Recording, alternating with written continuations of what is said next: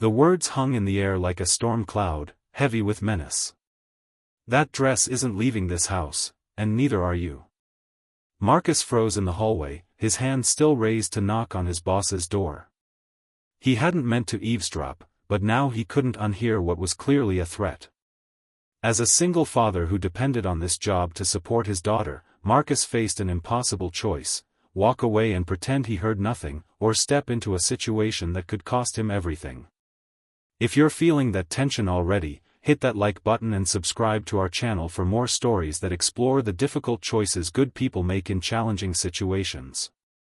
Your support helps us bring these powerful narratives to life. Marcus Jenkins adjusted his tie nervously as he stood outside the imposing oak door of his boss's home office. The annual company gala was tomorrow night, and he needed Catherine Reynolds to sign off on the final presentation he'd been working on for weeks. As the newest project manager at Reynolds Architecture, he couldn't afford any mistakes. His 7-year-old daughter Lily waited patiently in the foyer downstairs. Catherine had said she didn't mind if Marcus brought her along for this quick Saturday meeting. Family always comes first, she'd insisted when he'd apologized for not having childcare. It was one of the many reasons he respected her as a leader. He'd raised his hand to knock when he heard the voices, Catherine's and Amanda's, sharp with tension. That dress isn't leaving this house, and neither are you, the male voice growled. Richard, please. Catherine's voice sounded strained, almost frightened.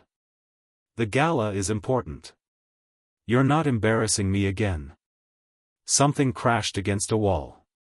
Marcus flinched. You're hurting me, Catherine whispered.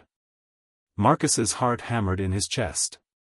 Catherine Reynolds was more than his boss, she was a mentor who had taken a chance on him when no other firm would hire a single dad with limited flexibility. She was brilliant, compassionate, and apparently in danger in her own home. He thought of Lily waiting downstairs, of the mortgage payment due next week, of the promise he'd made to his late wife that he would always provide stability for their daughter. Intervening could cost him his job, the job that kept a roof over their heads.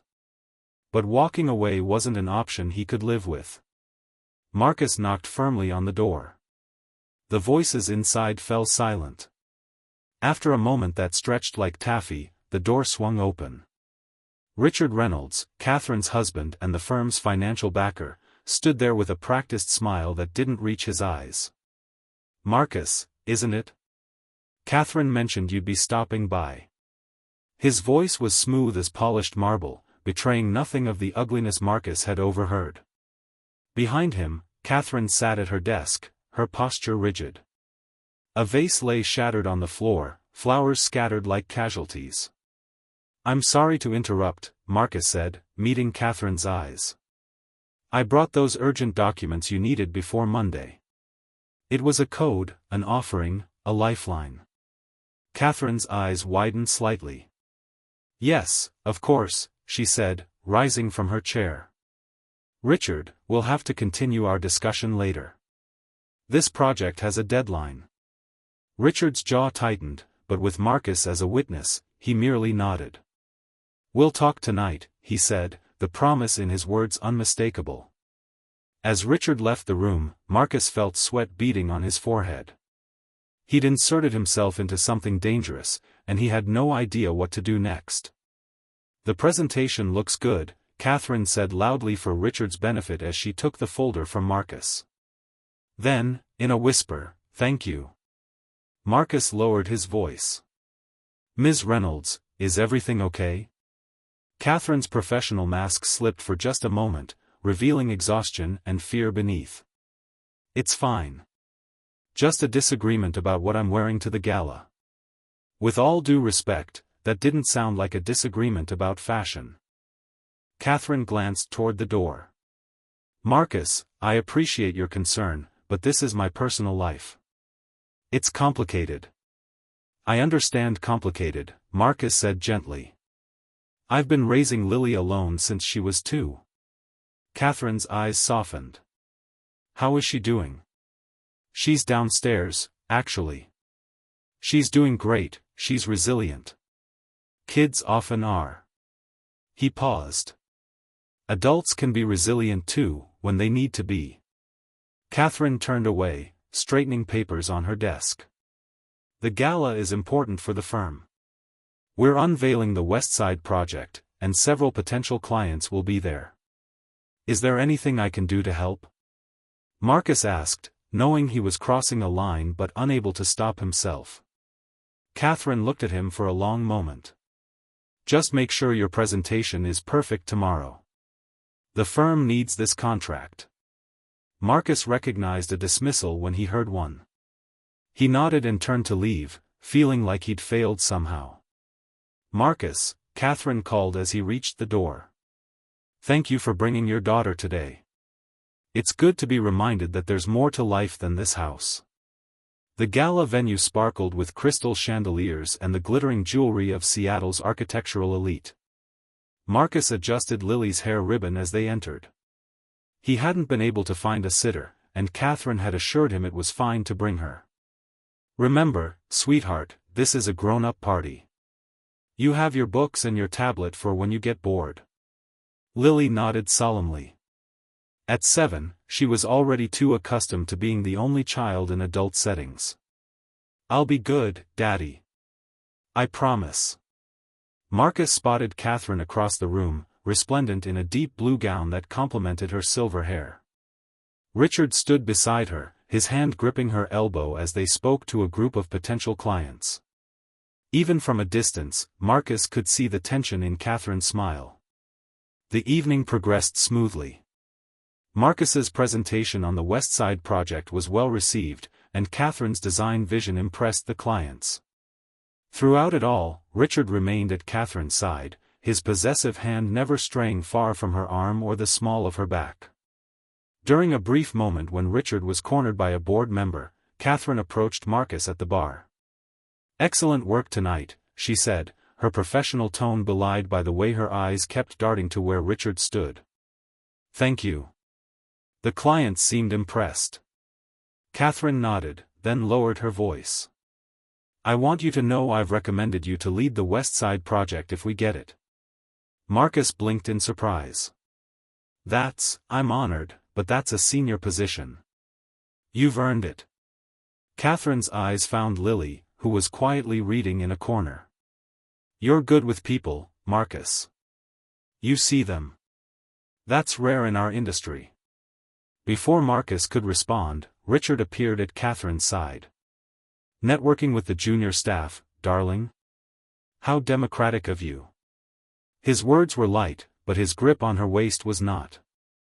Marcus's presentation secured the West Side deal, Catherine replied. I was congratulating him. Richard's smile didn't waver. Well done, Marcus. Now if you'll excuse us, I need to borrow my wife for a moment. As Richard led Catherine away, Marcus noticed her wince slightly. The blue fabric of her dress concealed her arm, but Marcus would bet money there were bruises beneath it, bruises that matched Richard's fingers. He felt sick. He'd done nothing yesterday, and he was doing nothing now. What kind of example was he setting for Lily?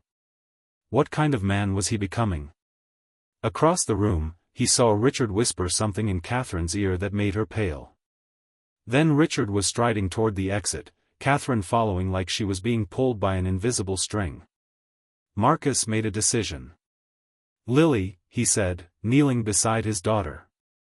I need to help Ms. Reynolds with something important. Can you stay right here and be brave for a few minutes? Lily looked up from her book, her eyes, so like her mother's, serious and trusting. Is Ms. Reynolds okay? Marcus hesitated. I'm not sure, sweetheart. That's why I need to check. Lily nodded.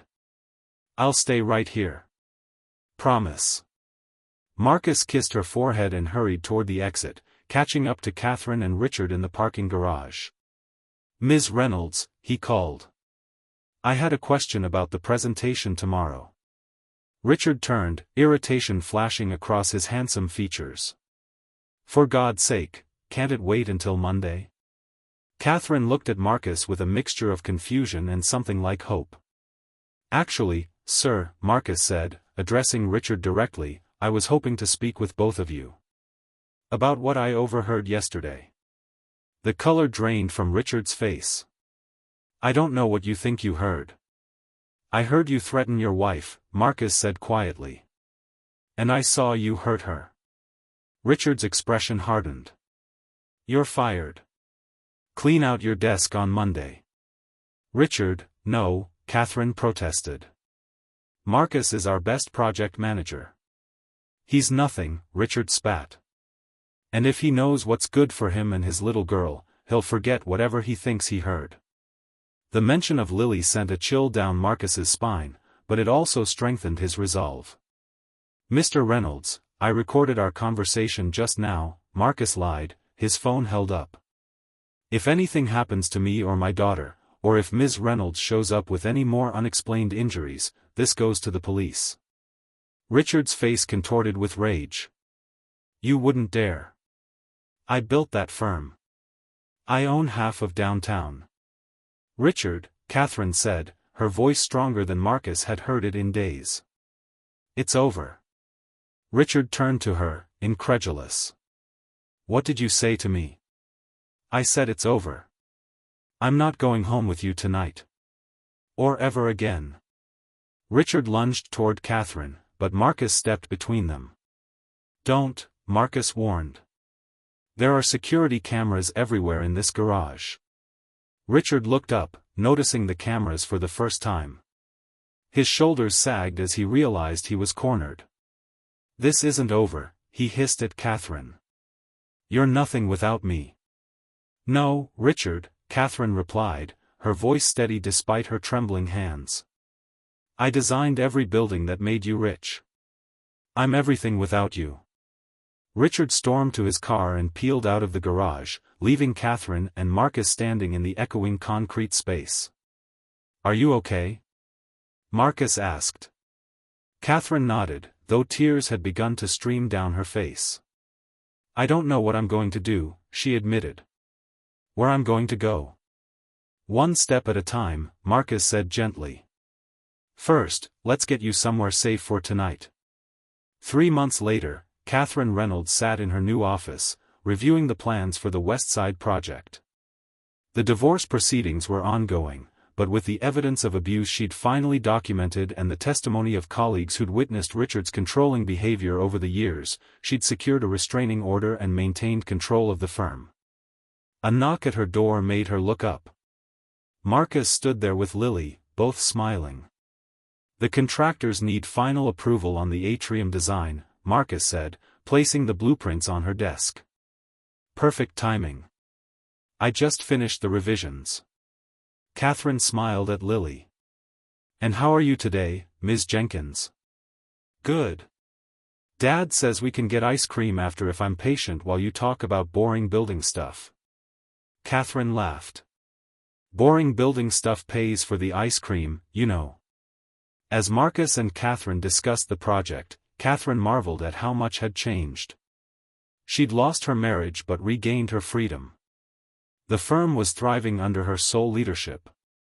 And she'd gained something unexpected, a friendship with Marcus and Lily that reminded her daily of her own strength. By the way, Marcus said as they wrapped up, the women's shelter loved your design for their new facility. They want to move forward as soon as funding is secured. Catherine nodded, emotion welling in her throat. The pro bono project had been her idea, a safe house for women escaping situations like the one she'd endured for years. We'll make it happen, she said. Every woman deserves a safe place to rebuild. As Marcus and Lily left her office, Catherine touched the blue dress hanging on the back of her door, the same one she'd worn to the gala. She'd kept it as a reminder, not of Richard's threats, but of the night she'd found the courage to leave. That dress had left the house, and so had she. And now they were both exactly where they belonged. The story of Marcus, Catherine, and Lily reminds us that courage often comes in quiet moments, a knock on a door, a hand extended in help, a decision to stand up for someone else even when it puts your own security at risk. Sometimes the most heroic thing we can do is simply refuse to look away when we see someone suffering. If this story touched you, Please like and subscribe to our channel for more narratives that explore the complex challenges we face and the strength we find in connection with others. Remember, you never know when a small act of courage might change someone's life forever, or your own.